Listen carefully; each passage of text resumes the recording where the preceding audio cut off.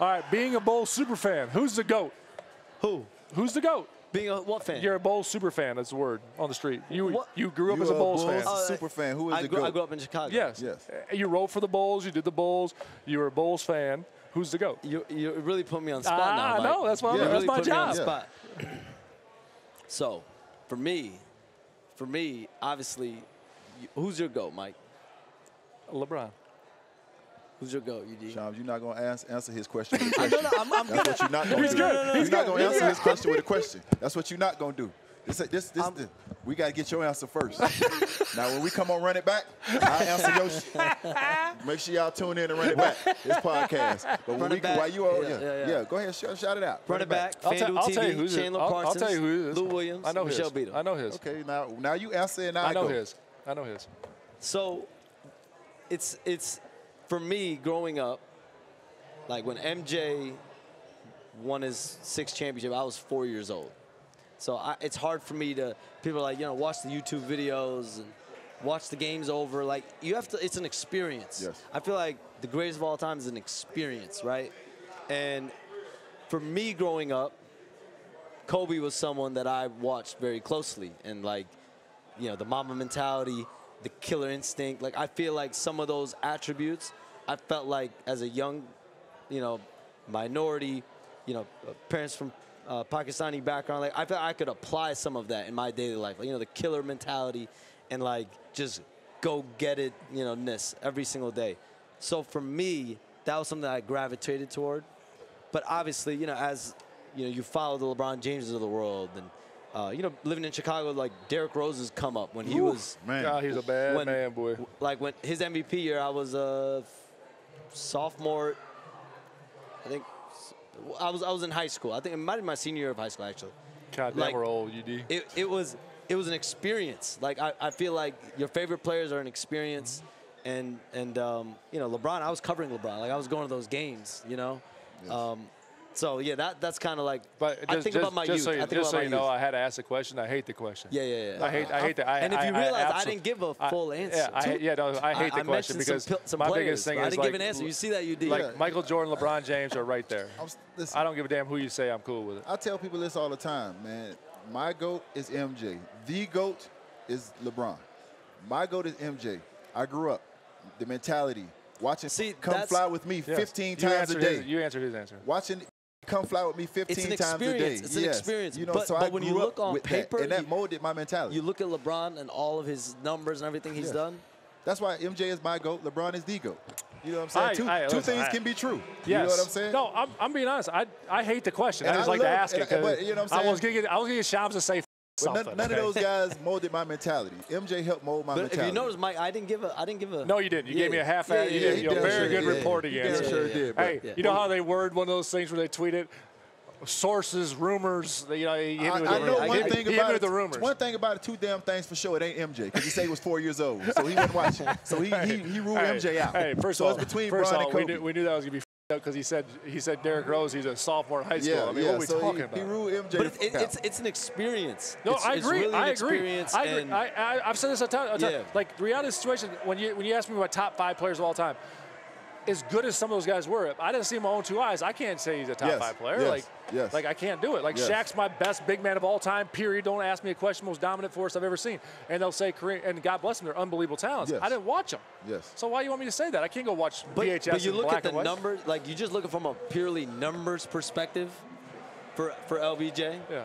Just numbers. No. LeBron James is top 5 in every major statistical category possible when it's all over.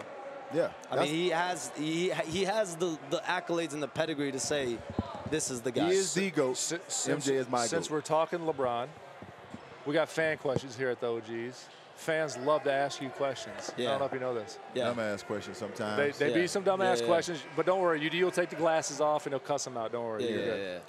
Why do you think the media is putting so much pressure on Brony James? Because, I mean, you're in a position where obviously, like the elephant in the room is his dad is LeBron James, of all time. And that is a part of like that is the legacy that he is walking into, what they did was historic. First ever father-son duo to play in the NBA. It's the greatest story of all time. Hell yes. It's never been done. Let me tell you something. I wouldn't give anything to do that with my life. Yeah. It's never been done. No. It's historic. And so anytime you're a part of history, or you're part of the limelight, you're part of the eyes, there's going to be this, and especially when your dad is LeBron James, yep.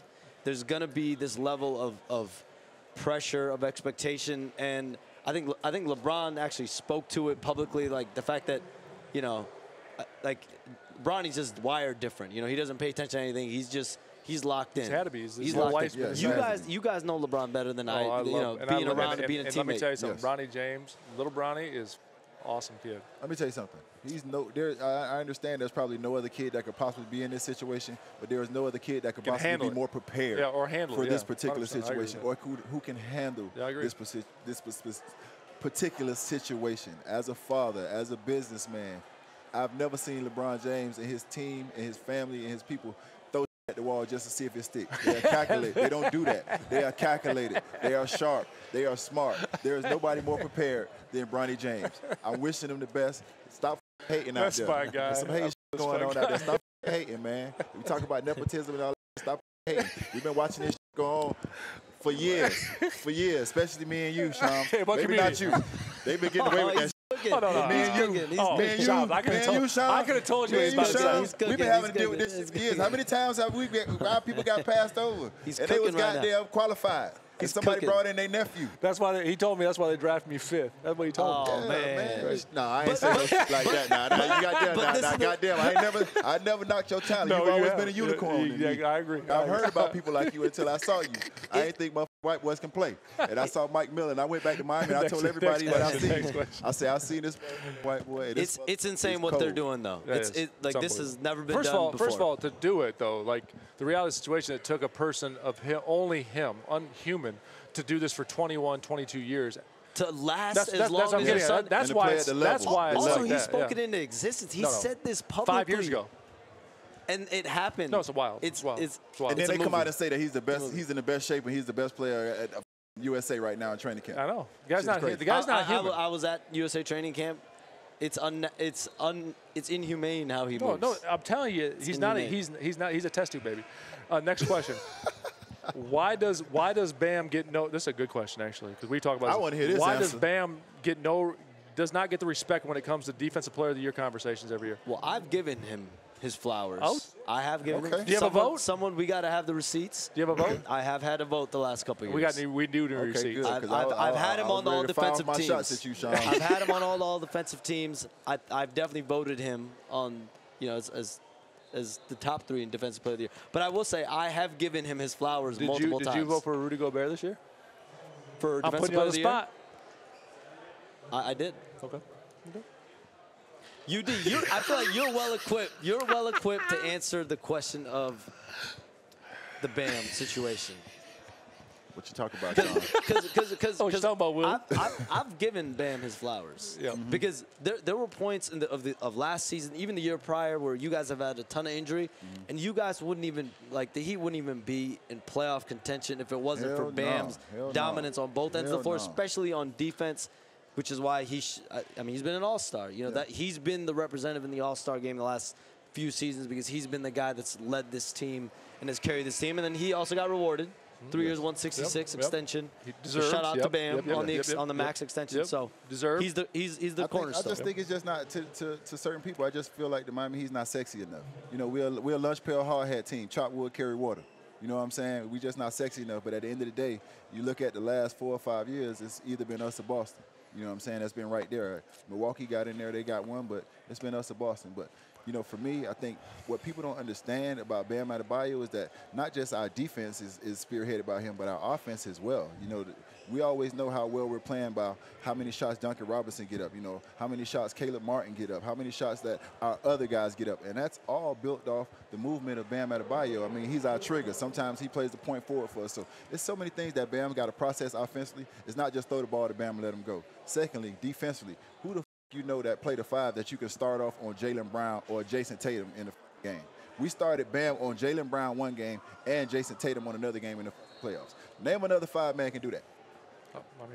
You ain't gonna get one from here, Coach. See, now what OG don't do is OG don't come with that bullshit. OG got facts. You know what I'm saying? So when y'all sit at home and y'all voting for the Rudy Gobert, take your glasses off and look at this. And I like Rudy, but every time he play against the Joker, call the police out.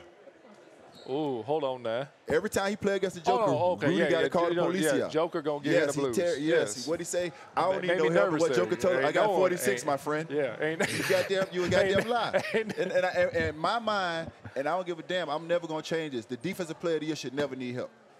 Should never need help. Ever. If you're the defensive player of the year, you got to guard your yard at anybody in your position. You should never need fucking help. So I agree. That's just my stance on that. I never needed help. I sat down and guarded.